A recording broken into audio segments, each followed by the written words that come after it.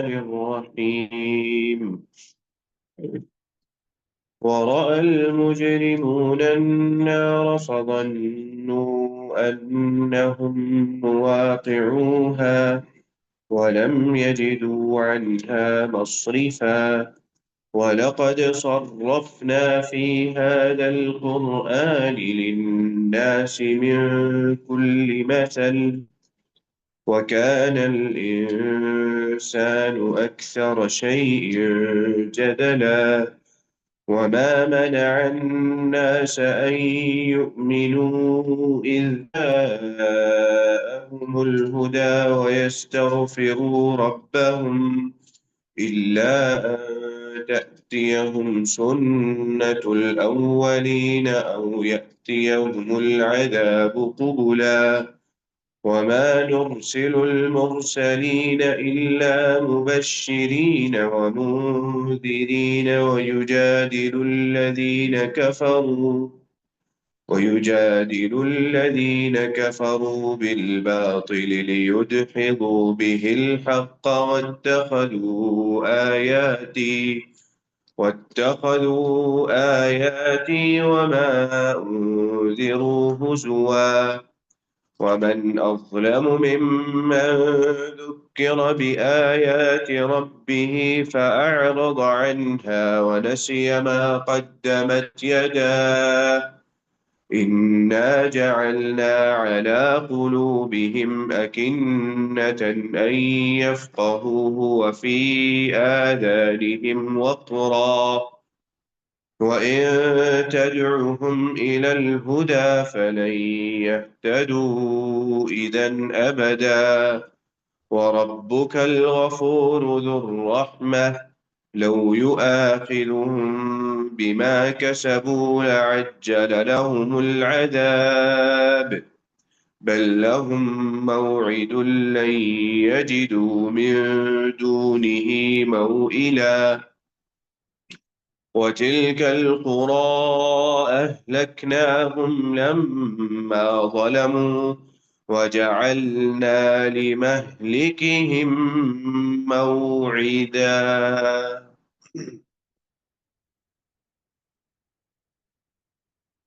بسم الله الرحمن الرحيم. الحمد لله رب العالمين، والصلاة والسلام على أشرف الأنبياء والمرسلين نبينا محمد وعلى آله وصحبه أجمعين. اللهم انفعنا بما علمتنا وعلمنا ما ينفعنا وزدنا علما وعملا وتوفيقا برحمتك يا أرحم الراحمين. رب اشرح لي صدري ويسر لي أمري واحلل عقدة من لساني يفقه قولي.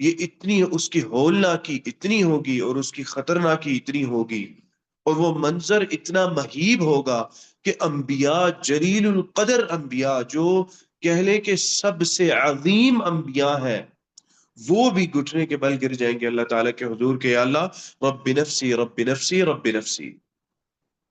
وہاں پر نبی اکرم صلی اللہ علیہ وسلم ہوں گے، صرف جو یہ بات کہہ رہے ہوں گے، رب امتی رب امتی رب امتی۔ اگر صرف اسی بات کو ہم سامنے رکھیں نا، تو ساری زندگی اس بات کو سامنے رکھ کے ہم اللہ کا شکر ادا کرتے رہیں تو حق نہیں ادا کر سکتے کہ اللہ نے اس نبی کی امت کا امتی بنایا، اس نبی کا امتی بنایا، یا اس نبی کی امت میں اللہ تعالیٰ نے ہمیں پیدا کیا، جو نبی قیامت کے روز اپنے آپ کو بھلا کے ہمارے لیے دعا کرے گا۔ انبیاء کو دعا دی جاتی ہیں، نبی اکرم سارے انبیاء نے اپنی دعا اس دنیا میں استعمال کر لی سوائے نبی اکرم صلی اللہ علیہ وسلم کے۔ قد حفظتها لامتی یوم القیامہ، نبی اکرم صلی اللہ علیہ وسلم نے فرمایا کہ میں نے وہ والی دعا اپنی امت کے لیے قیامت کے روز محفوظ کر رکھی ہے، او کما قال صلی اللہ علیہ وسلم۔ یہ چھوٹی چیز نہیں ہے، اس چیز کا احساس اور اس چیز کا اندازہ انسان اگر لگانا چاہے نا، تو چند منٹ اپنے آپ کو تندور کے سامنے کھڑا کر کے رکھے اور یہ سوچے کہ میں اس میں بیٹھتا ہوں اور آگ جلی ہے، اس میں دیکھتا ہوں کتنی دیر میں بیٹھ سکتا ہوں۔ ہماری حالت یہ ہے کہ اس کے باہر جو بلاط ہے یا جو ٹائلز لگی ہیں وہ ان کو ہاتھ لگائیں تو زیادہ دیر تک ہاتھ نہیں لگایا جا سکتا، صرف اتنی سی طاقت ہے۔ مسند احمد کی ایک حدیث ہے، کہہ لیجیے اس کی سند اس کو محققین نے حسن لغیری ہی کہا ہے، کہتے ہیں کہ جہنم جب لائی جائے گی، میں نے اس چیز کا بتایا تھا کہ کیسے لائی جائے گی، اس چیز کو ہم نے پڑھا تھا، 70,000 زنجیریں ہوں گی، ہر زنجیر پہ 70,000 فرشتے ہوں گے اور وہ جنت کو گھسیٹ کے لے کر آ رہے ہوں گے۔ جب جنت لائی جائے گی، کہتے ہیں جب جہنم لائی جائے گی تو کفار اس کو 40 سال کی مسافت سے دیکھنا شروع کر دیں گے، اتنی مسافت سے ان کو نظر آنا شروع ہو جائے گی، اور اس وقت وہ جس غم میں ہوں گے، اس غم کا اندازہ ہم میں سے کسی کو نہیں ہے۔ ان کو اس چیز کا خود اندازہ ہو جائے گا کہ ہم اس میں گرنے والے ہیں، یہ ہمارا ٹھکانہ بننے والی ہے۔ وَرَأَى الْمُجْرِمُونَ النَّارَ، وہ جب دیکھیں گے مجرمین، جب آگ جہنم کو دیکھ لیا، فَظَنُّوا، تو وہ گمان کریں گے، أَنَّهُمْ مُوَاقِعُوهَا، وہ اس میں ڈالے جانے والے ہیں، ان کے لیے کوئی معافی نہیں ہوگی۔ تو مجرم کو اپنے جرم کا احساس ہوتا ہے، اندازہ ہوتا ہے کہ میرا جرم کیا ہے، میں نے کہاں پہ جرم کیا اور کتنا اور کس طرح میں نے جرم کیا۔ ان مجرمین کو بھی اندازہ ہے کہ ہم نے کتنا جرم کیا، خاص طور پہ جب بعثت کا معاملہ شروع ہوگا، جیسے ہی بعثت کا، بلکہ بعثت کے معاملے سے پہلے برزخ کا معاملہ، مرتے ہی ان کو اندازہ ہو گیا کہ ہم نے آگے اٹھنا ہے۔ ہم جس چیز کا انکار کرتے رہے، جو انبیاء ہمیں آ کے بات بتاتے رہے، انبیاء کے بعد مسلمان جو بات ہمیں کہتے رہے، اس چیز کا اندازہ ایک منکر کو، اللہ تعالیٰ کے انکاری کو مرنے کے ساتھ ہی ہو جاتا ہے کہ یہ تو ساری بات جو تھا، سارے معاملات جو تھے، یہ سچے تھے۔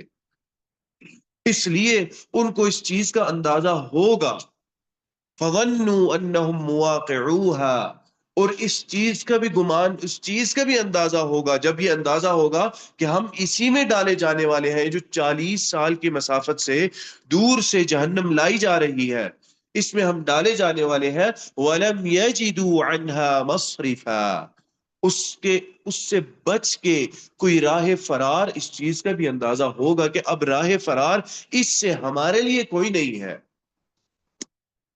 اس لیے اس روز کلمہ توحید کہنے والا اللہ تعالیٰ کا لاکھ شکر ادا کرے گا، اور اس دنیا میں بھی ہم جتنا شکر ادا کریں کم ہے، خاص طور پہ وہ آدمی جس سے کلمہ توحید کہا اور کلمہ توحید کے نواقص میں سے کوئی عمل نہیں کیا، ایسا عمل نہیں کیا جو کلمہ توحید کے جو اس کی اصل ہے اس کو توڑ دیتا ہے۔ کوئی شرک کا عمل یا کوئی اس طرح کا عمل کلمہ توحید پہ رہا، گناہ ایک اپنی جگہ پر ہے. کلمہ توحید کہنے والا اللہ تعالیٰ اس کو معاف بھی کر سکتے ہیں، اور اگر اللہ نے معاف نہیں کیا اس کو سزا ملے گی، لیکن اس کی آخری منزل اور اس کا مسکن، آخری مسکن انشاءاللہ جنت ہی ہوگا. لیکن ہمارے لیے یہ بات سوچنے کی ضرورت ہے کہ کیا ہم اس جہنم کو برداشت بھی کر سکتے ہیں؟ 70 سے 700 گنا جس کی جو گرمائش ہے وہ زیادہ ہے اس دنیا کی آگ سے. کیا ہم اس کو ایک لمحے کے لیے بھی معاف کر سکتے ہیں؟ اس کو ہم برداشت کر سکتے ہیں ایک لمحے کے لیے بھی؟ یہ ہمارے لیے سوچنے کی ضرورت ہے. آگے اللہ تعالیٰ فرماتے ہیں وَلَقَدْ صَرَّفْنَا فِي هَذَا الْقُرْآنِ لِلنَّاسِ مِنْ كُلِّ مَثَلٍ، ہم نے اس قرآن میں ہر مثال لوگوں کے لیے بیان کی، ان کے سمجھنے کے لیے ہم نے امثلہ بیان کی. اور آگے اللہ تعالیٰ نے ارشاد فرمایا وہ مثال اور وہ چیزیں اور بیان اور دلائل وہ اتنے بہترین اور اتنے واضح دلائل ہیں کہ اللہ تعالیٰ کی اس جملے سے پتہ چلتا ہے اللہ تعالیٰ کے کہ وہ کسی عاقل کو یا ایسے آدمی کو وہ دلائل اور وہ مثالیں بیان کی جائیں جو صحیح دل والا ہو، سلیم العقل ہو اور دل کھول کے قرآن سننے والا ہو، تو ہو نہیں سکتا وہ اسلام نہ لے کر آئے، ہو نہیں سکتا وہ اللہ تعالیٰ پر یقین نہ کرے. ورقہ بن نوفل، نبی اکرم صلی اللہ علیہ وسلم، آپ حضرت خدیجہ رضی اللہ تعالی عنہ لے کر جاتی ہیں ورقہ بن نوفل کے پاس نبی اکرم صلی اللہ علیہ وسلم کو. ورقہ بن نوفل وہاں پہ آپ صلی اللہ علیہ وسلم کو سننے کے بعد عیسائیت پر تھے، اور توحید والی عیسائیت پر تھے، وہ تثلیث والی عیسائیت پر نہیں تھے. ورقہ بن نوفل توحید والی عیسائیت پر تھے، اور یہ لوگ معروف تھے مکہ کے اندر. جو لوگ توحید والی عیسائیت پر تھے یا جو لوگ حنیفیت پہ تھے، معروف تھا لوگوں کے اندر کہ یہ لوگ حنیفیت والے دین پر ہے. حنیفیت کا دین معروف تھا ان لوگوں میں کہ دین ابراہیمی حنیفیت کا دین ہے. ورقہ بن نوفل ہے، زید بن عمرو بن نفیل ہے، کچھ اور آتے ہیں لوگ جن کے بارے میں آتا ہے کہ وہ حنیفیت پر تھے، وہ بتوں کی پوجا اور یہ شرک اور اس سے بالکل دور تھے. ان لوگوں نے جب قرآن سنا، نبی اکرم صلی اللہ علیہ وسلم کی بات سنی، یہ لوگ ایمان لے کر آئے. ورقہ بن نوفل کے بارے میں علماء نے یہی کہا کہ دل سے وہ ایمان لا چکے تھے نبی اکرم صلی اللہ علیہ وسلم پر، جب انہوں نے یہ کہا کہ میں آپ کے ساتھ ہوں گا جب آپ کی قوم آپ کی بستی سے آپ کو نکالے گی. یہ بات انہوں نے تمنا کی کہ کاش میں اس وقت آپ کے ساتھ ہوں جب آپ کی قوم آپ کی بستی سے آپ کو نکالے گی. آپ صلی اللہ علیہ وسلم نے تعجب میں یہ کہا او مخرجیہم، کیا مجھے نکالیں گے؟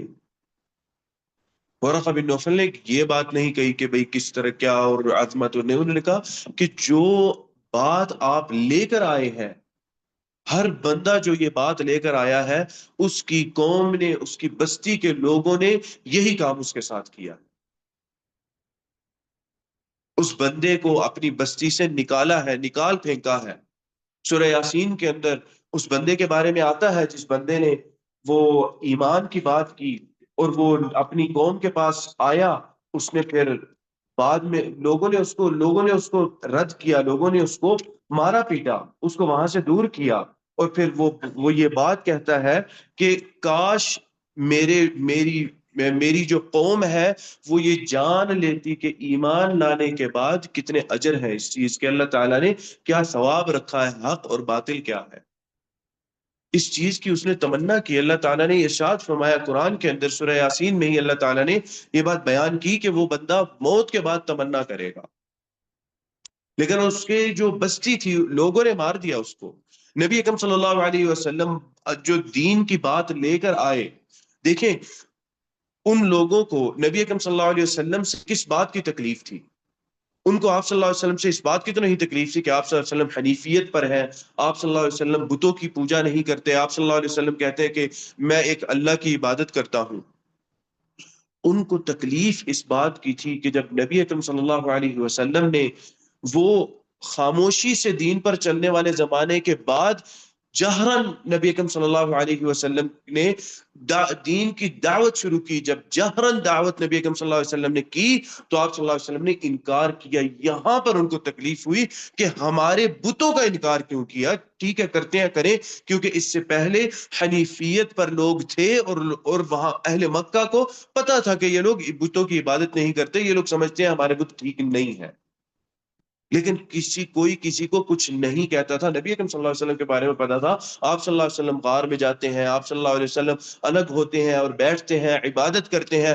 کسی نے برا نہیں کہا، بلکہ نبی اکرم صلی اللہ علیہ وسلم کو صادق اور امین بنایا. یہ بات نبی اکرم صلی اللہ علیہ وسلم کے یعنی یہ چیز آپ صلی اللہ علیہ وسلم کے ساتھ رکھی. کسی نے برا نہیں منایا. برا تب منایا جب آپ صلی اللہ علیہ وسلم نے وَأَنذِرْ عَشِيرَتَكَ الْأَقْرَبِينَ کے بعد آپ صلی اللہ علیہ وسلم نے کہا کہ اے میری قوم قولوا لا الہ الا اللہ تفلحوا، لا الہ الا اللہ کہو کامیاب تب ہوگے. ان کا انکار کرو. لا الہ الا اللہ کے اندر اپنے آپ اس کے اندر بتوں کا انکار موجود ہے. اس جملے کے اندر یہ جملہ بتوں کی اور شرک کی اور کفر کی انکار کے بنا نامکمل ہے. انسان کے دل میں اس کا انکار نہ ہو، انسان یہ کہ ہم ایمان لاتے ہیں لیکن وہ بھی ٹھیک ہے، یہ بات بالکل غلط ہے، وہ ٹھیک نہیں ہے. حق یہی ہے. اگر انسان یہ کہتا ہے کہ وہ بھی ٹھیک ہے، اس نے لا الہ الا اللہ پر ایمان پورا نہیں لایا. لا الہ نہیں کوئی معبود بحق الا اللہ سوائے اللہ کے. الا اللہ پہ تو ہم ایمان لا رہے ہیں، لیکن لا الہ الا اللہ پہ کیوں نہیں لے کر آتے؟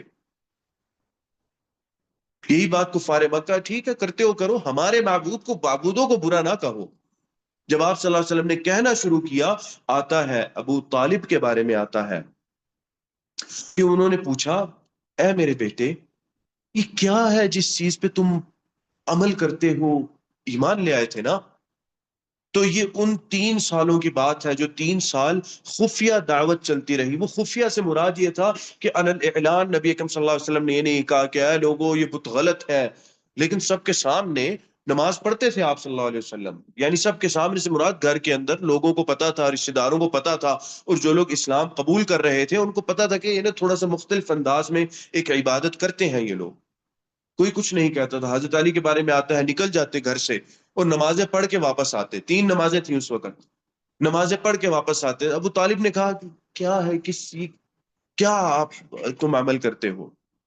انہوں نے کہا کہ اے میرے باپ یہ چیز اللہ کا نبی آیا ہے، اللہ کے نبی پہ ہم ایمان لے کر آئے ہیں، یہ اللہ کا رسالہ ہے اور یہ اللہ تعالیٰ کا جو ہے میسج ہے، اور یہ چیزیں ہیں توحید والی، تو کیا آپ نہیں اس پہ ایمان لے کے آتے؟ پھر ابو طالب نے اس وقت کہا. یہاں پر وہ بات آتی ہے کہ جو لوگ کہتے ہیں نہیں نہیں ابو طالب جو تھے وہ نہیں ان کو ہم کافر نہیں کہیں گے اور فلانا فلانا. نہیں، دیکھیں نبی اکرم صلی اللہ علیہ وسلم نے کہا کہ وہ جہنم میں ہوں گے، سب سے کم عذاب ملے گا. جہنم میں کون جائے گا؟ یعنی آپ صلی اللہ علیہ وسلم نے یہ بات نہیں کہی کہ ان کی نجات ہو جائے گی، نجات کا ذکر نہیں کیا. لا الہ الا اللہ والے جو گناہ گار لوگ ہیں ان کے بارے میں نجات کا ذکر آتا ہے کہ آخر کار نجات ہو جائے گی، ان کے ایمان لا الہ الا اللہ پر ایمان کی وجہ سے نجات ہو جائے گی. اپنے چچا کے بارے میں نجات کے بارے میں نہیں کہا. انہوں نے ہوش میں اس وقت یہ بات کہی، اب اسلام کو آئے ہوئے 2 سال ہوئے تھے، اس وقت یہ بات کہی کہ میں اپنے باپ دادا کا دین نہیں چھوڑنا چاہتا. یہ ایسی روایات آتی ہیں، اور یہی بات پھر معروف ہے جب وہ فوت ہو رہے تھے تو یہی بات انہوں نے کہی. اور یہ بات انہوں نے جو اصحاب السوق تھے، برے ساتھی، ان کو سنتے ہوئے پھر یہ بات انہوں نے کہہ دی کہ انا علی ملت عبد المطلب، میں عبد المطلب کے ہی دین پر ہوں. اور حدیث میں آتا ہے وَأَبَى أَن يَقُولَ لَا إِلَهَ إِلَّا اللَّهُ، انہوں نے انکار کیا کہ وہ لا الہ الا اللہ کہتے.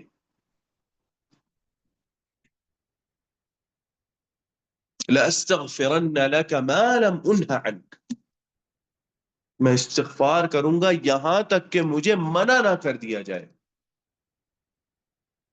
اللہ تعالیٰ نے آیات نازل فرما دی استغفر لهم او لا تستغفر لهم ان تستغفر لهم 70 مرة فلن يغفر الله لهم. اے اللہ کے نبی آپ استغفار کریں یا نہ کریں برابر ہے، آپ 70 بار بھی کریں. 70 بار سے مراد کثرت کا بیان تھا. آپ جتنا کثیر کریں ایمان لا الہ الا اللہ نہیں کہا تھا کوئی فائدہ نہیں ہوگا. بنا لا الہ الا اللہ کے کسی چیز کا فائدہ نہیں ہے. اللہ تعالیٰ ارشاد فرما رہے ہیں کہ ہم نے دلائل ایسے رکھے جو قلب سلیم والے کے سامنے رکھیں، اچھے دل والے کے سامنے رکھے تو وہ تو ایمان لے آئے. ان کے سامنے ہم نے دلائل رکھے، ان کے سامنے مثالیں پیش کی ہم نے. اللہ تعالیٰ نے وَكَانَ الْإِنسَانُ أَكْثَرَ شَيْءٍ جَدَلًا، اور انسان ہمیشہ سے تھا بہت لڑاکا، لڑنے والا. اور یہ لڑنے والی چیز جو ہے نا، یہ صرف برا آدمی نہیں کرتا، یہ کبھی مومن اور ایمان لانے والا آدمی بھی اپنے کوئی مقصد کی بات کو ثابت کرنے کے لیے لڑاکا بن جاتا ہے، ہو جاتا ہے اس طرح. کیونکہ یہ اللہ تعالیٰ نے انسان کی صفت بنا رکھی ہے.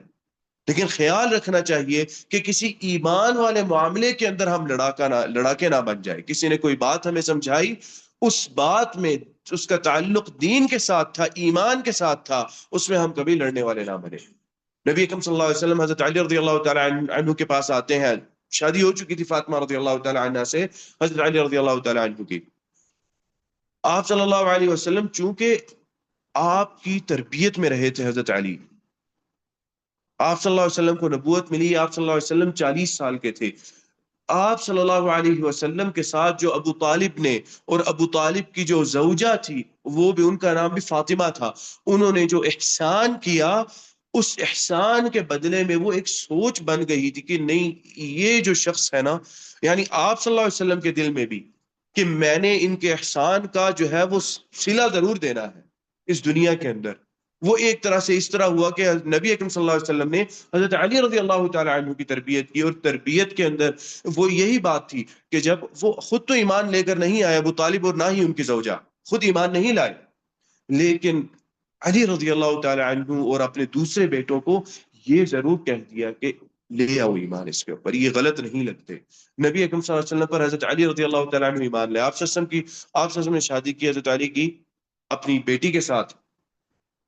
تربیت تھی، نبوت کے گھر کی تربیت تھی، اس کے باوجود تہجد کی نماز نہیں پڑھا کرتے تھے. تو نبی اکرم صلی اللہ علیہ وسلم نے ایک دفعہ آ کے حضرت علی سے نصیحت کی، حضرت علی کو نصیحت کی کہ اے علی، کتنا ہی اچھا ہوگا کہ تم دونوں اٹھ کے نماز پڑھو.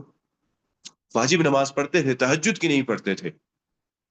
حضرت علی نے کیا کہا؟ حضرت علی رضی اللہ تعالی عنہ نے یہ کہا کہ جس ذات کے ہاتھ میں میری جان ہے، اس کی مشیت نہیں جب ہوگی میں پڑھ لوں گا. نبی اکرم صلی اللہ علیہ وسلم کو بڑی تکلیف ہوئی اس بات کی. آپ صلی اللہ علیہ وسلم فرماتے، حدیث میں آتا ہے، آپ صلی اللہ علیہ وسلم مڑے اور آپ صلی اللہ علیہ وسلم نے زور سے اپنے ٹانگوں پہ ہاتھ مارا، اور آپ صلی اللہ علیہ وسلم نے یہ بات کہی، وَكَانَ الْإِنسَانُ أَكْثَرَ شَيْءٍ جَدَلًا. یہ بات نہیں حضرت علی برے تھے، نعوذ باللہ، لیکن وہ لڑائی والی چیز اور وہ جدل والی چیز انسان کے اندر کبھی بھی ابھر جاتی ہے، کبھی بھی آ جاتی ہے. تو حضرت علی کے بارے میں بھی آپ صلی اللہ علیہ وسلم نے یہ بات کی کہ انسان بڑا لڑاکا ہے، لڑنے والا ہے. حضرت علی یہ کہہ سکتے تھے کہ اللہ کے نبی دعا کریں اللہ تعالیٰ ہمیں توفیق دے، ہم انشاءاللہ کوشش کریں گے، لیکن جس ذات کے ہاتھ میں ہماری جان ہے، اس کی مشیت نہیں جب ہوگی پڑھ لیں گے. یہ بات حضرت علی نے کہی. اس سے یہ بات بھی پتہ چلتی ہے کہ ہم پریشان نہ ہو. بہت مشکل چیز ہے، بہت مشکل ہے تربیت، لیکن کبھی پریشان نہ ہو. بہت سارے لوگ یہ سوال کرتے ہیں کہ بھئی بچے کو نماز پڑھنے کے لیے کہنا پڑتا ہے، بار بار کہنا پڑتا ہے. یہ دیکھ لیں حضرت علی رضی اللہ تعالیٰ عنہ تھے، ہونا تو یہ چاہیے تھا کہ نبوت کی گھر کی تربیت ہے کہ اپنے آپ تہجد پڑھتے، اور اگر نہیں پڑھ رہے تو اللہ کے نبی نے ایک دفعہ کہا تو اللہ کے نبی سے کہتے سر آنکھوں پر، اللہ کے نبی آئندہ سے کبھی نہیں چھوٹے گی. لیکن اس کے باوجود یہ تربیت والی چیز بہت اہم، بہت ضروری ہے. اور اس چیز کو کبھی اپنے ذہن میں یہ بات نہ بنا کے رکھیں کہ مجھے تو کہنے کی ضرورت پڑتی ہے، پتہ نہیں میرا بچہ شاید اچھا نہیں ہے اس وجہ سے مجھے کہنے کی ضرورت پڑتی ہے. نہیں، شیطان کا وار بہت سخت ہے. اگر آپ کے کہنے پر وہ نماز پڑھتا ہے تو وہ خیر پر ہے. اطمینان رکھیں اس بات پہ، انشاءاللہ اللہ تعالیٰ توفیق عطا کریں گے. دعا کریں کہ اللہ تعالیٰ توفیق عطا کر اس کو کہ بنا کہے جب وہ ندا کو سنے، جب وہ آذان سنے تو اللہ تعالیٰ وہ اٹھ کے نماز کی طرف چل پڑے. اور یہ سارا کب ہوتا ہے؟ جب جب والد ایک اپنے اس عمل پہ ہو تو بچے دیکھ کے اس عمل کو فالو کرنے کی کوشش کرتے ہیں، اس پہ چلنے کی کوشش کرتے ہیں اس عمل پہ۔ والد کے ساتھ اس چیز کا بڑا گہرا تعلق ہے، والد اور والدہ کے ساتھ، گھر کے اندر جو رہنے والے لوگ ہیں ان کے ساتھ بہت گہرا تعلق ہے اس چیز کا۔ آگے اللہ تعالیٰ ارشاد فرماتے ہیں وَمَا مَنَعَ النَّاسَ أَن يُؤْمِنُوا إِذْ جَاءَهُمُ الْهُدَى وَمَا مَنَعَ النَّاسَ، اور کیوں انہوں نے منع کیا یا انہوں نے انکار کیا لوگوں نے ان یؤمنوا کہ وہ ایمان لے کر آئے، اذ جاءہم الہدی، پھر اس طرح کی ہی تقریباً آیت لگ رہی ہے، جب ان کے پاس ہدایت آ گئی، وَيَسْتَغْفِرُوا رَبَّهُمْ، اور وہ ہدایت کی بات کو سن کے اللہ تعالیٰ سے استغفار کرتے، اللہ تعالیٰ سے معافی طلب کرتے ہدایت کی ان باتوں کو سن کے۔ اس میں کیا مانع تھا، کیا چیز ان کو اس چیز سے روکتی تھی کہ جب ان کے پاس ہدایت کی بات آ گئی تو وہ اللہ تعالیٰ پر ایمان لے آتے، استغفار کرتے، معافی طلب کرتے کہ یا اللہ تجھ سے ہم معافی طلب کرتے ہیں ان اعمال کی جو ہم سے اپنی پچھلی زندگی میں ہو گئے۔ کوئی چیز مانع تھی اس چیز کے اندر ان کے لیے، یہ اصل میں کفار کے لیے بات کہی جا رہی ہے، جو قلب سلیم والے لوگ تھے، سچے دل کے ساتھ سننے والے لوگ تھے، یا جنہوں نے اپنی زندگی میں ایک دفعہ ہی قرآن کو سچے دل کے ساتھ سنا، وہ لوگ ایمان لے کر آ گئے۔ حضرت خالد بن ولید رضی اللہ تعالی عنہ بنو مخزوم سے تھے، حضرت عمر بن عاص رضی اللہ تعالی عنہ بنو امیہ سے تھے، بہت بڑے اعلیٰ پائے کے قبیلے ہیں قریش کے اندر، بہت اونچے قبیلے ہیں یہ۔ جب انہوں نے بھی سمجھ تھی، ان کے پاس سمجھ بوجھ بڑی اعلیٰ درجے کی سمجھ بوجھ تھی ان سارے اہل عرب کے پاس، جب دل کھول کے قرآن سنا تب ایمان لے کر آئے یہ لوگ بھی۔ حضرت خالد بن ولید اور عمر بن عاص یہ دونوں ایک ساتھ انہوں نے اسلام قبول کیا، ایک دوسرے سے پوچھے، ملاقات ہوگی رستے میں، پوچھنے لگے بھی کہاں جا رہے ہو، کدھر جا رہے ہو؟ انہوں نے کہا نہیں تم بتاؤ کہاں جا رہے ہو۔ یار ایمان لانے کی سوچ رہا ہوں، ایمان لانے کی جو ہے نا ذہن میں بات آ رہی ہے کہ اللہ کے نبی پر ایمان لائے، دونوں ساتھ گئے اور ساتھ جا کر ایمان لائے، اور ایمان لانے کے بعد اتنا احسن عمل ان کا ہوا، اتنا اعلیٰ عمل ان کا ہوا، سبحان اللہ۔ یعنی ان دونوں کے بارے میں آپ اسلام کی تاریخ اور ان کی سیرت پہ پڑھتے جائیں، ان کی سیرت ختم نہیں ہوگی، شاید انسان تھک جائے۔ حضرت خالد بن ولید رضی اللہ تعالی عنہ کی وار کی اسٹریٹجیز، ان کے جو جنگی پلان تھے، آج بھی دنیا اس کو پڑھتی ہے، چاہے وہ کافر ہے یا مسلمان ہے، آج بھی ان کو دنیا پڑھتی ہے۔ امریکہ میں ایک پروفیسر ہے، اس نے جو اسلام کی سیرت ہے اس کا تخصص ہے، اور اس میں وہ اس چیز پر بڑی گہرائی کے ساتھ بات کرتا ہے۔ حضرت خالد بن ولید رضی اللہ تعالیٰ عنہ، عمر بن عاص رضی اللہ تعالیٰ عنہ، ابو عبیدہ بن جراح رضی اللہ تعالیٰ عنہ، یہ سارے کمانڈر تھے، کمانڈر بنے یہ لوگ، ان پہ بڑی گہرائی کے ساتھ بات کرتا ہے کہ فلانے کا جنگی پلان کیسا تھا، فلانے کا کیسا تھا، فلانے نے کیا کیا، فلانے نے وہ عیسائیوں سے کیسے بات کی، روم کیسر کسرا، کیسے ان کے ساتھ باتیں ہوتی تھی، کس طرح فلانا کیا کرتا تھا، فلانا کیا کرتا تھا، جواب میں کیسے بات کیا کرتے تھے، وہ اس چیز پر بحث کرتا ہے پوری۔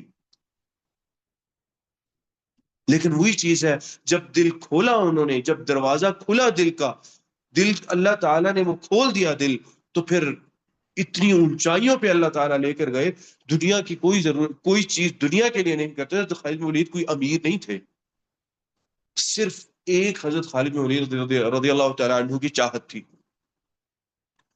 بھئی دنیا کہیں سے کہیں ہو جائے، مجھے بس کمانڈر بنا، مجھے نہ پیسہ چاہیے، مجھے کچھ نہیں چاہیے، مجھے کمانڈر بنا دو بس، میں نے کمانڈ کرنی ہے۔ بنی مخزوم قبیلے کے بچے اور اس قبیلے کی جو ذمہ داری تھی وہ یہ تھی کہ آپ لوگوں نے، وہ اصل میں منسٹری آف ڈیفنس کہہ لیں، بنی مخزوم قبیلہ قریش کا منسٹری آف ڈیفنس تھا، اپنے بچوں کی بچپن سے تربیت اس طرح کرتے تھے، جنگ پر، لڑائی پر کس طرح پلاننگ کرنی ہے آپ نے، کس طرح جنگی میدان میں آپ نے اترنا ہے، ان کا بچہ جنگ میں بہترین پلاننگ کرتا تھا اور بہترین جنگجو تھا ان کا بچہ۔ تو حضرت خالد بن ولید اسلام کے بعد کوئی ایسی بات دل میں نہیں تھی کہ بھی مجھے بڑی مال و دولت مل جائے، بڑا کچھ مجھے مل جائے، فلانا مل جائے، مجھے بس کمانڈر بنا دو، مجھے لڑائی کے لیے بھیج دو، جنگ کرنی ہے میں نے۔ یہی ایک گول انہوں نے رکھا اپنی زندگی کا، اور ساری زندگی یہی کرتے رہے۔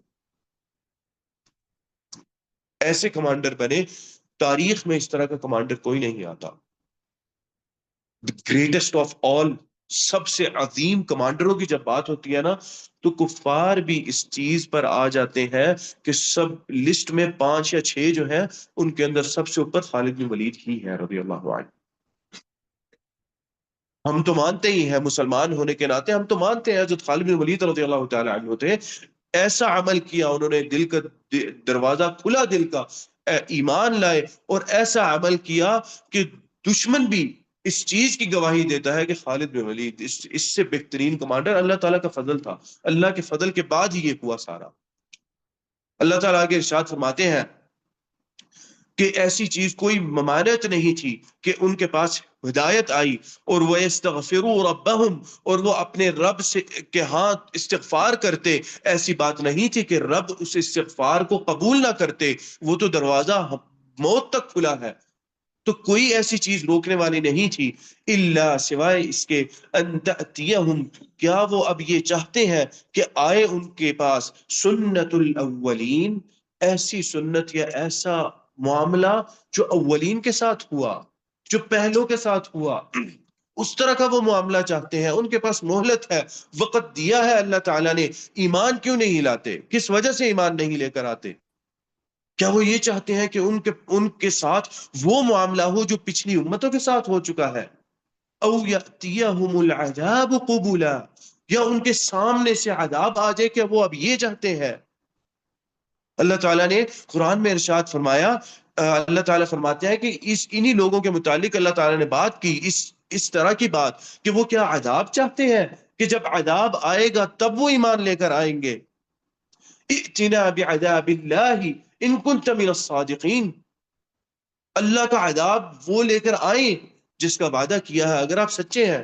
تکلیف دہ بات ہے بہت کہ بھئی میں ایمان لانے کی بات کر رہا ہوں، تم کہہ رہے ہو کہ تم سچے ہو تو عذاب لے کر آؤ، مجھے امین اور صادق نہیں کہتے، تو یہ بات کیوں کرتے ہو؟ ایک اور جگہ اللہ تعالیٰ نے ارشاد فرمایا، کہتے ہیں کفار کہتے ہیں، نقل کی ان کی بات، اللہم ان کان، یہ غالباً طائف کے لوگ تھے، اللہم ان کان ھذا هو الحق من عندک. اللہ تعالیٰ کفار مکہ کے بارے میں بھی یہ بات آتی، دعا کر رہی ہے. کس سے دعا کرے؟ اللہ سے دعا کر رہے ہیں. اللہ تعالیٰ کا کانسیپٹ ان لوگوں کے ذہن میں موجود تھا، اس لیے کبھی حنیفیت پہ ہونے کو انہوں نے برا نہیں کہا تھا. برا تب کہا جب حنیفیت پہ جو لوگ تھے انہوں نے یہ بات کہنا شروع کی، یہ اعلان کرنا شروع کیا کہ اے لوگوں ایمان لے کر آؤ، یہ تم لوگ کے بت تو غلط ہے، یہ ٹھیک نہیں ہے. تو وہ ان لوگوں نے یہ بات کی، اللہم ان کان ھذا هو الحق من عندک، اللہ تعالیٰ یہ جو اللہ کے نبی محمد صلی اللہ علیہ وسلم کہتے ہیں حق ہے اور من عندک ہے، آپ کی طرف سے ہے، فامطر علینا حجارۃ من السماء، تو ہمارے اوپر آسمان سے پتھروں کی بارش نازل کر دے. بے وقوف تھے کہ یہ کیسی تمنا ہے؟ صرف تکبر تھا. اس لیے جب فتح مکہ ہوا تو بہت سارے یہی لوگ ایمان لے کر آئے، ایسے لوگ ایمان لے کر آئے جن کو نہیں دل میں یقین تھا کہ ہمارا ایمان کبھی قبول بھی کیا جائے گا. ایسے لوگ ایمان لے کر آئے اور ایسوں کا ایمان قبول بھی کیا گیا. اللہ کے نبی صلی اللہ علیہ وسلم نے اعزاز اور شرف عطا کیا ان لوگوں کو جو اہل شرف تھے قریش میں، اور جب قریش کا حکم تھا مکہ کے اندر، جو اہل شرف تھے ان کو شرف عطا کیا اللہ کے نبی نے، یہ بات بیان کرنے کے لیے کہ مجھے اس شرف سے کوئی غرض نہیں ہے، مجھے غرض ہے تو صرف یہ غرض ہے کہ تم لوگ ایمان لے آؤ، بس میں تم لوگوں کا کچھ نہ چاہتا ہوں، نہ تم لوگوں سے کوئی چیز چھیننا چاہتا ہوں. لیکن صرف تکبر تھا کہ ایک راعی الغنم، چرواہا، اس پر ہم ایمان لے آئے، ہم اس پر کیسے ایمان لے کر آئے؟ اگر تھوڑا سا غور کریں تو یہ چیز آج بھی نظر آتی ہے، اہل عرب کے اندر یہ چیز آج بھی نظر آتی ہے. ایمان لیا ہے، اللہ تعالیٰ کے دعائیں تھیں، اللہ کے نبی صلی اللہ علیہ وسلم کی، حضرت ابراہیم علیہ السلام کی دعائیں تھیں، ایمان لے کر آئے، بڑا بہترین ایمان لے کر آئے. لیکن یہ تھوڑی سی نخوت اور یہ چیز نظر آتی ہے. آگے اللہ تعالیٰ ارشاد فرماتے ہیں وَمَا نُرْسِلُ الْمُرْسَلِينَ، اور نہیں ہم بھیجتے مرسلین جو رسولوں کو، الا سوائے اس کے مبشرین وہ خوشخبری دینے والے ہوتے ہیں، ومنذرین یا عذاب سے ڈرانے والے ہوتے ہیں، ویجادل الذین کفروا اور لڑتے ہیں وہ لوگ جنہوں نے کفر کیا، بالباطل باطل دلائل کے ساتھ وہ لوگ لڑتے ہیں، ان کے پاس کوئی قوی دلیل ہے ہی نہیں، ان کے پاس کوئی طاقتور چیز ہی نہیں ہے جس سے وہ اللہ کے نبی صلی اللہ علیہ وسلم سے لڑ سکیں یا اس دین اسلام کے دلائل کے سامنے کھڑے ہو سکیں، ان کے پاس کچھ نہیں ہے۔ اگر ایک بندہ اس کو جواب دینا نہیں آ رہا اسلامی دلائل میں سے، یہ اس کے علم کے ناقص ہونے کی دلیل ہے۔ یہ ایسی بات نہیں کہ اسلام کے اندر اس کے جواب کے اس کے رد میں، اس کافر کے رد میں کوئی جواب نہیں اسلام کے اندر، یا دین میں یا قرآن میں یا حدیث میں کوئی جواب نہیں۔ اس لیے کہتے ہیں کم علم آدمی اگر ایسے مناقشات اور ایسی بحثوں کے اندر بیٹھ جائے تو وہ صرف اسلام کو نقصان پہنچانے کے علاوہ کچھ نہیں کرتا۔ آپ کو کامل علم ہونا چاہیے اور بڑا قوی علم ہونا چاہیے دلائل کا اور ان کے ردود کا، کہ میں نے جواب دینا ہے، میں نے رد کرنا ہے، تو کیسے رد کرنا ہے، قرآن سے کیسے رد کرنا ہے، اور پھر میں نے عقل سے کیسے رد کرنا ہے۔ پہلے عقل سے رد کریں گے وہ لوگ تو ایمان، ہم تو قرآن پہ ایمان ہی نہیں لاتے نا، ہمیں قرآن سے نہ بات بتاؤ، پہلے عقل سے رد کرنا ہے، عقلی دلائل سے رد کرنے کے بعد پھر قرآن کا جواب بھی لے کر آنا ہے، تاکہ ان کو احساس ہو کہ بھئی عقل بھی ہمارے کہے کے خلاف ہے، اور اس کے ساتھ ان کے قرآن اور حدیث کے اندر بھی چیز ہے، ہمارے پاس ایک ایسی ڈیوائن یا ایسی آسمان سے اتری ہوئی کیا چیز ہے، کچھ نہیں ہے ہمارے پاس۔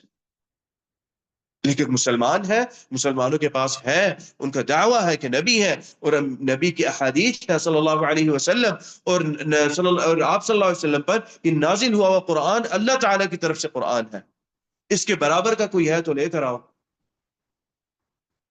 بڑی طاقت اور علم کی ضرورت ہے اگر اس طرح کی مجالس میں انسان داخل ہونا چاہے۔ بنا علم کے بندہ داخل نہ ہو کہ بھئی بڑا زبردست لگتا ہے، اور بڑا زبردست لگتا ہے، جب جواب دیتے ہیں تب زبردست لگتا ہے، تب اسلام کی طاقت محسوس ہوتی ہے، تب انسان کا سینہ چوڑا ہوتا ہے کہ یہ میرا اسلام ہے، یہ میرا دین ہے۔ لیکن علم کے ساتھ علم نہیں ہے تو انسان اسلام کو نیچے گرا کے آئے گا اپنے اس دشمن کے سامنے، اور کوئی بعید نہیں ہے کہ اس کی باتوں کی وجہ سے خود بھی اسلام سے دور ہو جائے۔ اور ایسی بہت سارے دلائل اور ایسے بہت سارے واقعات ہیں کہ جو لوگ اس طرح کی جو دائرہ تھا اس میں داخل ہوئے پورا علم نہ ہوتے ہوئے، اور وہ لوگ خود اسلام سے دور ہوئے، قرآن اور حدیث کے انکاری بنے، ایسے لوگ موجود ہیں۔ تو اس لیے اس طرح کے دائرے کے اندر اور اس طرح کے لوگوں کا سامنا کرنا ہے تو پورا پختہ علم کے ساتھ سامنا کریں اور علم حاصل کریں۔ آج کی بہت زیادہ ضرورت ہے آج کے زمانے کے اندر کہ ہر بندہ علم حاصل کرے، علم سے پیچھے نہ، ہر بندہ ڈیبیٹ کرنا ضرور چاہتا ہے کہ بھئی میں بات کروں، لیکن یہ کوئی عام کھیل نہیں ہے، یہ خالہ جی کا گھر نہیں ہے جہاں پہ ڈیبیٹ بندہ ہر بیٹھ کے کر لیں اور اگلے اٹھ کے ہنس کے چلے جائیں، نہیں، یہاں پہ وہ دین کو گرا کے جائیں گے اگر ہمارے پاس طاقت اور علم نہیں ہے۔ وہ لڑائی کرتے ہیں، وَيُجَادِلُ الَّذِينَ كَفَرُوا بِالْبَاطِلِ، اس باطل کا رد کرنے کی ضرورت ہے، اور اگر رد ہمیں نہیں آتا تو سیکھیں اس کا رد۔ اس کا رد کیا ہے؟ اس چیز کا رد سوال کریں۔ فَاسْأَلُوا أَهْلَ الذِّكْرِ إِن كُنتُمْ لَا تَعْلَمُونَ، فَاسْأَلُوا امر کا صیغہ ہے، سیکھو، سوال کرو۔ فَاسْأَلُوا أَهْلَ الذِّكْرِ، اہل ذکر سے سوال کرو، إِن كُنتُمْ لَا تَعْلَمُونَ، اگر تم لوگ نہیں جانتے۔ بیٹھے اہل علم کے پاس، ان سے سوالات کریں، ان کے سامنے پیش کریں اپنے سوالات، تاکہ اس باطل کے رد میں جواب آتا ہو مجھے۔ آگے اللہ تعالیٰ ارشاد فرماتے ہیں لِيُدْحِضُوا بِهِ الْحَقَّ، سبحان اللہ، وہی بات اللہ نے کی، یدحضوا، تاکہ نیچا دکھائیں، بھی اس باطل کے ذریعے، بھی کی مرجع ضمیر جو ہے وہ باطل کی طرف جا رہی ہے، اس باطل کے ذریعے یدحضوا، نیچا کر کے دکھائیں، کمزور کر کے دکھائیں۔ ابن کثیر رحمہ اللہ نے اس کی تفسیر ضعیف کر کے کیا ہے کہ اسلام کو ضعیف کر کے دکھائیں، حق کو ضعیف اور کمزور کر کے دکھایا جائے اس باطل کے ذریعے۔ یہ اللہ تعالیٰ نے قرآن میں بھی کہہ دیا۔ وَاتَّخَذُوا آیَاتِي، اور انہوں نے ہماری آیات کو لیا، وَمَا أُنذِرُوا، اور نہ ہی وہ لوگ انہوں نے اس سے سبق حاصل کیا، نہ ہی وہ لوگ ڈرے اس سے، بلکہ انہوں نے ہماری آیات کو کیا کیا؟ ہزوا، مذاق لیا انہوں نے ہماری آیات کو، ہماری آیات کو سبق حاصل نہیں کیا، بلکہ وَاتَّخَذُوا آیَاتِي ہزوا، یعنی نہ وما انذروا مطلب کے لحاظ سے وما انذروا پہلے آتا ہے، نہ ہی انہوں نے اس سے ڈرے اور نہ ہی سبق حاصل کیے گئے، اور ہماری آیات کو انہوں نے مذاق بنا لیا۔ آج بھی ایسے بندے کے ساتھ بات کریں گے، کمزور ہے علم کے اندر، وہ اللہ تعالیٰ کی آیات کو مذاق بنائے گا، اور اللہ تعالیٰ کی پناہ کے اس مذاق کی وجہ سے ہمارا دل کمزور نہ ہو جائے اور ہم اس دین اسلام سے دور نہ ہو جائے۔ آگے اللہ تعالیٰ ارشاد فرماتے ہیں وَمَنْ أَظْلَمُ، اور کون اس سے زیادہ ظالم ہے، ممن ذکر، اس سے جس کے سامنے بیان کی گئی، بِآیَاتِ رَبِّهِ، اللہ تعالیٰ کی آیات کو اس کے سامنے بیان کیا، فَأَعْرَضَ عَنْهَا، تو اس نے کیا کیا؟ اس نے منہ پھیر لیا ان آیات سے، ان دلائل سے اس نے منہ پھیر لیا، فَأَعْرَضَ عَنْهَا وَنَسِيَ مَا قَدَّمَتْ يَدَاهُ، اور وہ بھول گیا کہ میں نے کون کون سے اعمال آگے بھیجے ہیں جن کی مجھے معافی کی ضرورت ہے، معافی طلب کرنے کی ضرورت ہے، بس اس نے اعراض کر لیا، اس نے اپنا منہ پھیر لیا۔ کس وجہ سے؟ اس وجہ سے کہ یہ یتیم ہے، اس وجہ سے کہ یہ تو چرواہے ہیں، اس وجہ سے ان لوگوں نے اپنا منہ پھیر لیا کہ ہم نے اس کی بات نہیں سننی، اور پھر انہی لوگوں کو اللہ تعالیٰ نبی اکرم صلی اللہ علیہ وسلم کے قدموں میں لے کر آ گئے۔ نبی اکرم صلی اللہ علیہ وسلم نے کبھی چاہا نہیں تھا، نبی اکرم صلی اللہ علیہ وسلم کا ہدف دین کی دعوت تھی، بس کبھی یہ نہیں چاہا تھا کہ میں اونچے مرتبوں پہ جاؤں اور میں یہ کر لوں اور میں وہ کر لوں اور میں اس طرح کر لوں۔ جب ہدف نبی اکرم صلی اللہ علیہ وسلم کا اللہ تعالیٰ کی ذات تھی، اللہ تعالیٰ کے دین کی دعوت تھی، تو اللہ تعالیٰ نے اپنے آپ اونچائیاں عطا کی۔ جب حضرت عمر رضی اللہ تعالیٰ عنہ کا ہدف دیکھیں، جو عشر مبشرین ہے نا، وہ اس زمانے میں اسلام لائے ہوئے ہیں جس زمانے میں چھپ کے دعوت دی جاتی تھی، خاموشی سے دعوت دی جاتی تھی۔ اس زمانے میں تقریباً 60 سے 70 لوگ ایمان لائے ان 3 سالوں میں۔ یہ 3 سالوں کا زمانہ تھا جب چھپ کے دعوت دی جاتی تھی، اسلام کی دعوت، اسلام کی تبلیغ چھپ کے ہوتی۔ 60 سے 70 بندے تھے جو ایمان لے کر آئے، عشر مبشرین تمام ان میں سے ہیں سوائے ایک۔ کوئی ذکر کر سکتا ہے؟ سوائے ایک کے، عمر رضی اللہ تعالیٰ عنہ۔ نبوت کے 3 سال یہ والا عرصہ چلا کہ خاموشی سے دعوت ہوتی رہی۔ عمر رضی اللہ تعالی عنہ نبوت کے 5ویں سال اسلام قبول کیا، حضرت عمر رضی اللہ تعالی عنہ نے۔ سبحان اللہ، اسلام قبول کرنا بھی کیا کہ نبی اکرم صلی اللہ علیہ وسلم کو قتل کرنے کی نیت سے نکلے اور اسی دن اسلام قبول کر لیا، اسی تلوار کے ساتھ جس تلوار کو لے کر نبی اکرم صلی اللہ علیہ وسلم کو قتل کرنے کے لیے نکلے، گھر بھی نہیں گئے۔ وہی بات ہے جو نجاشی نے کہی، اذا خالط الایمان بشاشۃ القلوب، جب دلوں کو باغ باغ کر دیتا ہے ایمان، تب ایمان پھر دل سے نکلتا نہیں ہے۔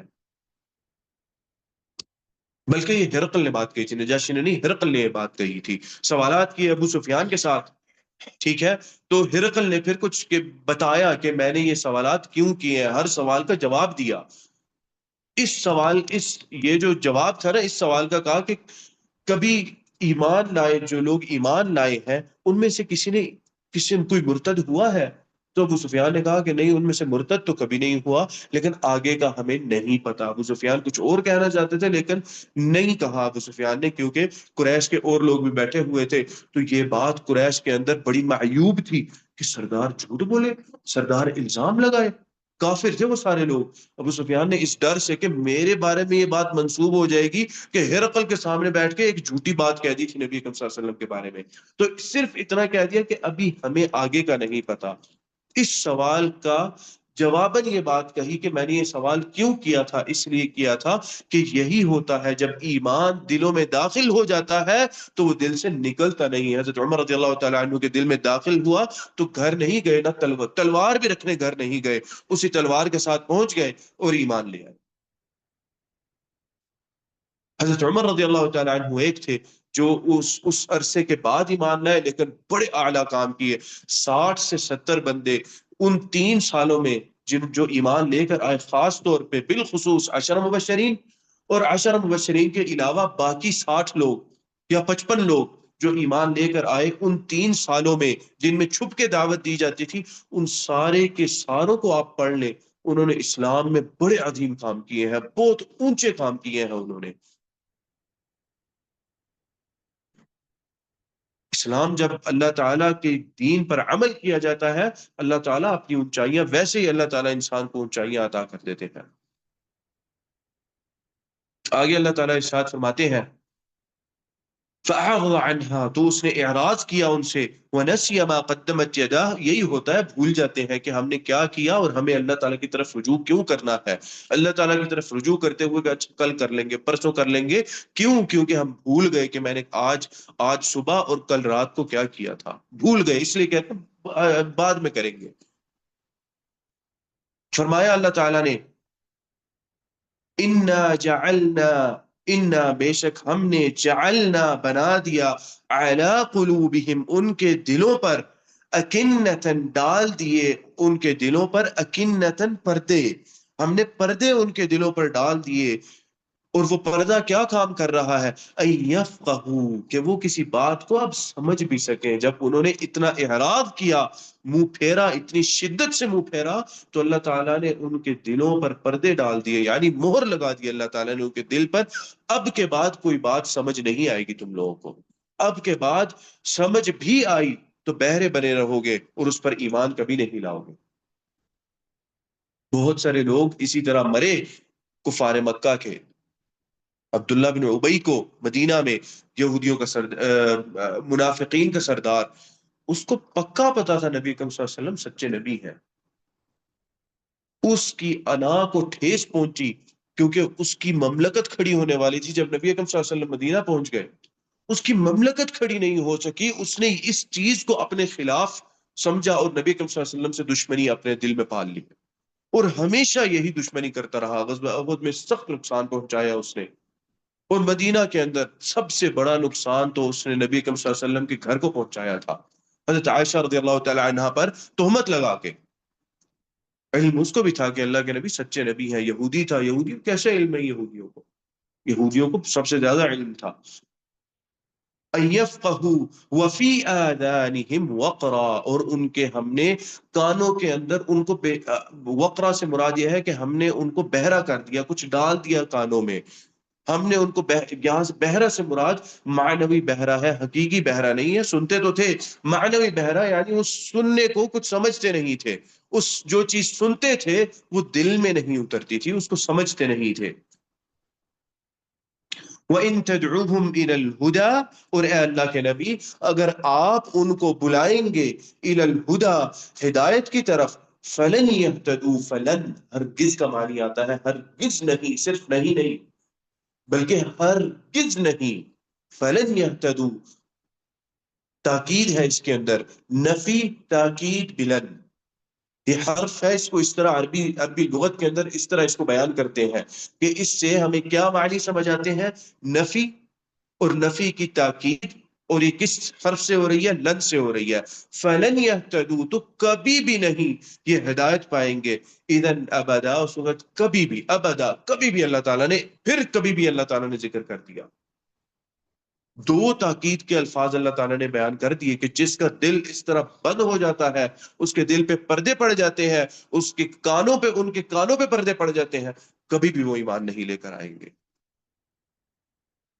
اللہ تعالیٰ سے ہمیں دعا کرنی چاہیے کہ اللہ تعالیٰ اس طرح کے پردے اور اس طرح کا اندھا پن، اللہ تعالیٰ ہمیں اس سے بچانا، ہمیں اپنے اعمال کو دیکھنے کی توفیق عطا کرنا کہ ہمارے اعمال کے اندر زیادہ برے ہی ہیں۔ بندہ جتنا کہہ لے کہ نہیں میں تو بہت اچھا ہوں، اس جرم میں رہنا ہی نہیں ہے۔ حضرت عمر نہیں رہے اس جرم کے اندر، جن کے بارے میں اللہ کے نبی نے یہ کہا کہ اگر میرے بعد نبی ہوتا تو عمر ہوتے، وہ اس جرم میں نہیں رہے۔ کہتے ہیں کہ اے عمر، تمہاری تو ہلاکت ہوئی اگر تمہارا اللہ نے ایک سجدہ بھی قبول نہ کیا، تم تو ہلاک ہو گئے۔ وَرَبُّكَ الْغَفُورُ ذُو الرَّحْمَةِ، سبحان اللہ، اب اس رب کے بارے میں بات بتا رہے ہیں۔ وہ رب کون ہے؟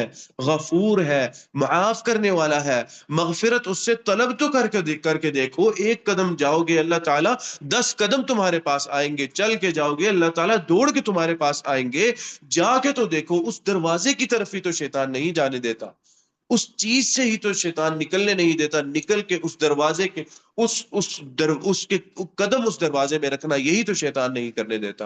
وَرَبُّكَ الْغَفُورُ، اور تمہارا رب غفور، مغفرت کرنے والا ہے، ذو الرحمہ، صاحب رحمت ہے۔ لو یؤاخذہم بما کسبوا، اللہ تعالیٰ سبحان اللہ، اب یہ کفار کے بارے میں بات ہو رہی ہے، اگر اللہ تعالیٰ پکڑ کرنا چاہتے اس کے مطابق جو کفار نے عمل کیے ہیں، لو یؤاخذہم بما کسبوا، جو انہوں نے اعمال کیے، اس کی پکڑ اگر اللہ تعالیٰ کرنا چاہتا، لعجل لهم العذاب، ان کے اعمال اتنے برے ہیں کہ اللہ تعالیٰ عذاب فوراً جلدی عذاب لے آتے، اتنے برے اعمال ہیں۔ یہ تو اللہ تعالیٰ کی مغفرت اور رحمت ہے کفار کے لیے بھی، کہ اللہ تعالیٰ اتنی جلدی عذاب نہیں لے کر آتے۔ اللہ تعالیٰ نے ان کے لیے اس دنیا میں نعمتیں تو پوری کرنی ہے نا، ان کے لیے چونکہ دنیا جنت ہے، نعمتیں تو پوری کرنی ہے نا، کیونکہ اللہ تعالیٰ منصف ہے، انصاف کرنے والے ہیں۔ تو ایک کافر جو نیک اعمال کر رہا ہے، اس چیز پر ہماری ڈسکشن ہو رہی تھی پچھلے دنوں، ایک کافر جو نیک اعمال کرتا ہے اس کو اجر و ثواب ملے گا، ہاں ملے گا، لیکن اس دنیا میں ملے گا، قیامت میں نہیں ملے گا۔ قیامت میں شرط ہے لا الہ الا اللہ کی، قیامت میں اس کو ملے گا جس نے لا الہ الا اللہ کہا۔ نبی اکرم صلی اللہ علیہ وسلم سے صحابی نے پوچھا اللہ کے رسول کہ ہم نے جو نیک اعمال کیے جاہلیت میں، ان کا کوئی اجر ملے گا؟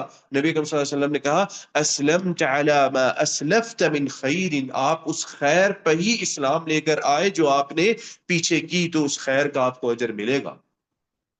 لیکن وہ خیر جتنی بھی ہو، تو حاتم الطائی والا معاملہ ہے۔ عدی بن حاتم نے آپ صلی اللہ علیہ وسلم سے پوچھا، بڑا سارا صلیب لٹکائی ہوئی تھی، آپ صلی اللہ علیہ وسلم نے اتروائی، ایمان لے کر آئے عدی بن حاتم، اور پوچھا اپنے والد کے بارے میں، حاتم الطائی کے بارے میں۔ آپ صلی اللہ علیہ وسلم نے کہا کہ بندہ اچھا تھا، لیکن اس نے کبھی یہ نہیں کہا اللہ اللہ ربی، کہ اللہ میرا رب ہے، یہ بات اس نے کبھی نہیں، یعنی اس نے توحید کا کبھی اقرار نہیں کیا تھا، اس کے بارے میں کچھ نہیں کہا جا سکتا۔ اس کے علاوہ وہ بندہ اچھا تھا، اگر توحید کا اقرار کر لیتے تو بہت اچھا تھا، لیکن وہ دنیا میں ہی اس کی اچھائی ہے، اللہ تعالیٰ نے پوری اس کو عطا کر دی اس دنیا میں، اس کی نعمتیں جتنی بھی تھیں، اس کا اجر و ثواب جتنا بھی تھا اس کے نیک اعمال کا، اللہ نے اس دنیا میں عطا کر دیا۔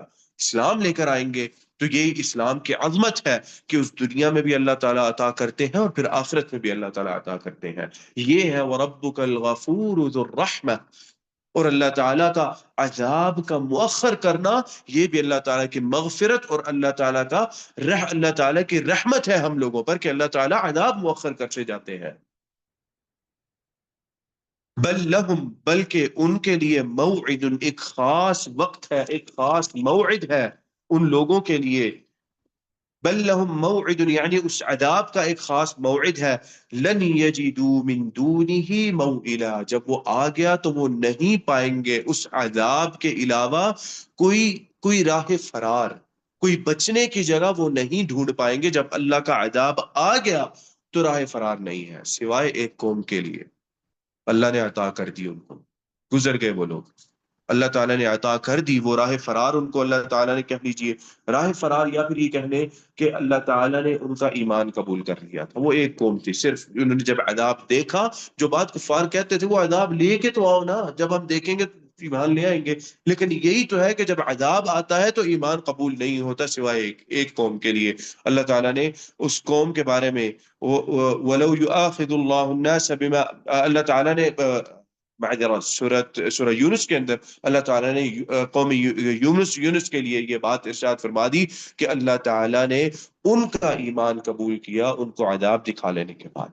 سوائے ان کے کوئی ایسے لوگ نہیں ہیں جن کا اللہ تعالیٰ نے عذاب لانے کے بعد ایمان قبول کیا، عذاب دکھانے کے بعد ایمان قبول کیا۔ یہ لوگ ایسے تھے، انہوں نے عذاب دیکھ لیا، اللہ تعالیٰ کا عذاب آ رہا ہے، اس کے بعد اللہ تعالیٰ نے ایمان قبول کیا ان کا، پوری قوم کا ایمان قبول کیا، پوری قوم ایک ساتھ ایمان لے آئی۔ اس کے بعد اللہ تعالیٰ یونس علیہ السلام کو واپس اپنی قوم میں لے کر آ گئے، کیونکہ وہ چلے گئے تھے یونس علیہ السلام اپنی قوم سے۔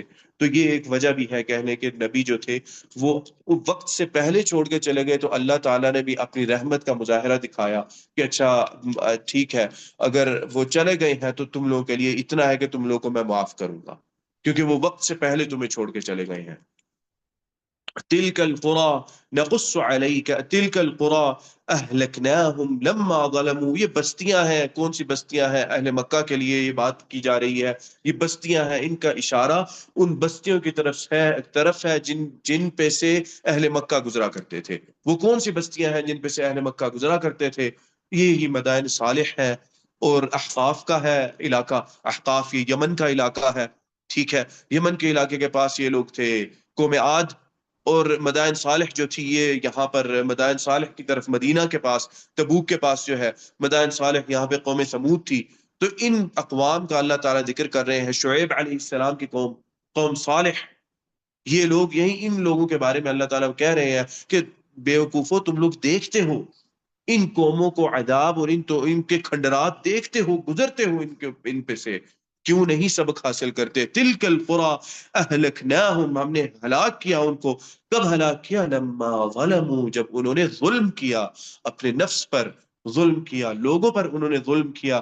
وجعلنا، اور ہم نے بنا دیا، لمہلکہم، ان کے ہلاک ہونے والے وقت کو، موعدہ، ایک خاص موعد بنا دیا، ان کے ہلاک ہونے والے وقت کو یا اس معاملے کو ایک خاص موعد اللہ تعالیٰ نے ان لوگوں کے لیے بھی رکھا تھا، موعد اور وقت سے پہلے اللہ تعالیٰ نہیں لے کر آئے ان پر بھی عذاب۔ تو اللہ تعالیٰ کے عذاب اور پکڑ کا ایک خاص وقت ہوتا ہے۔ کبھی بھی انسان پریشان ہو کے یہ بات نہ کہے کہ اللہ کی مدد کیوں نہیں آ رہی، اللہ کی مدد کا بھی ایک خاص وقت ہے، جس طرح اللہ تعالیٰ کے عذاب کا ایک خاص وقت ہے۔ احزاب کے اندر آتا ہے کہ وَبَلَغَتِ الْقُلُوبُ الْحَنَاجِرَ، ان کے دل ان کے منہوں کو آ گئے تھے گھبراہٹ کی وجہ سے۔ وَتَظُنُّونَ بِاللَّهِ الظُّنُونَ، انہوں نے اللہ کے بارے میں گمان کرنا شروع کر دیا۔ هُنَالِكَ ابْتُلِيَ الْمُؤْمِنُونَ، یہ ابتلا تھی مومنوں کے لیے۔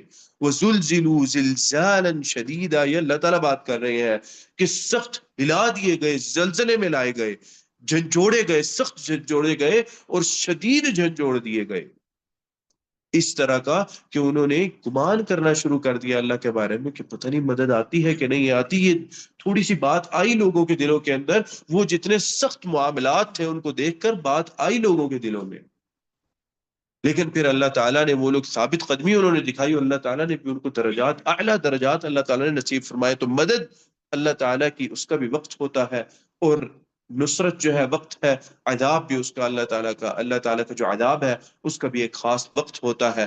ہم اپنے تب تک اعمال ہم اپنے سدھارے، سیدھے کریں، تاکہ اگر ہمیں نصرت کی ضرورت ہے، مدد کی ضرورت ہے، تو ہمارے اعمال خراب نہ ہو، جن کی وجہ سے اللہ کی نصرت مؤخر ہو رہی ہے اور ہوتی ہے اعمال کی وجہ سے۔ ہم اب اپنے اعمال سیدھا کریں، اللہ تعالیٰ مسلمانوں کی کسی قوم پر پریشانی جو ہے ہمارے اعمال کی اصلاح کی وجہ سے اللہ تعالیٰ دور کر سکتے ہیں۔ ہماری ذمہ داری کم سے کم اتنی ضرور ہو کہ ہم اپنی اصلاح کریں، تاکہ مسلمان دنیا کے خطے میں جہاں پر پس رہے ہیں وہاں پر اللہ تعالیٰ ہماری اصلاح کی وجہ سے ان لوگوں پر اللہ تعالیٰ پریشانی دور کرے۔ آج کے معاملات، غزہ کے معاملات ہیں، ہم اپنے آپ کو، ہماری ذمہ داری کم سے کم اتنی ضرور ہونی چاہیے کہ اللہ تعالیٰ میں اپنے آپ کو ٹھیک کر لوں، ہم مسلمان ٹھیک کریں، تاکہ ادھر معاملات اللہ تعالیٰ ٹھیک کر دے۔ اللہ تعالیٰ سے دعا ہے کہ جو کہا اور جو سنا اللہ تعالیٰ اس پر عمل کرنے کی توفیق عطا فرمائے۔ قد قلت ما قلت ان صوابا فمن اللہ وان خطأ فمنی والشیطان واستغفر اللہ انہ کان غفارا۔ أعوذ بالله من الشيطان الرجيم. بسم الله الرحمن الرحيم. ورأى المجرمون النار فظنوا أنهم واقعوها ولم يجدوا عنها مصرفا ولقد صرفنا في هذا القرآن للناس من كل مثل وكان الإنسان أكثر شيء جدلا وما منع الناس أن يؤمنوا إذ جاءهم الهدى ويستغفروا ربهم إلا أن يأتيهم سنة الأولين أو يأتيهم العذاب قبلا إلا أن تأتيهم سنة الأولين إلا أن تأتيهم سنة الأولين أو يأتيهم العذاب قبلا وما نرسل المرسلين إلا مبشرين ومنذرين ويجادل الذين كفروا بالباطل ليجحدوا به الحق واتخذوا آياتي وما أنذر هزوا ومن أظلم ممن ذكر بآيات ربه فأعرض عنها ونسي ما قدمت يداه إنا جعلنا على قلوبهم أكنة أن يفقهوا وفي آذانهم وقرا وإن تدعوهم إلى الهدى فلن يهتدوا إذا أبدا وربك الغفور ذو الرحمة لا يواخذهم بما كسبوا لعجل لهم العذاب بل لهم موعد لن يجدوا من دونه موئلا وتلك القرى أهلكناهم لما ظلموا وجعلنا لمهلكهم موعدا. جزاك الله خير بارك الله فيك. بسم الله الرحمن الرحيم الحمد لله رب العالمين الرحمن الرحيم مالك يوم الدين إياك نعبد وإياك نستعين اهدنا الصراط المستقيم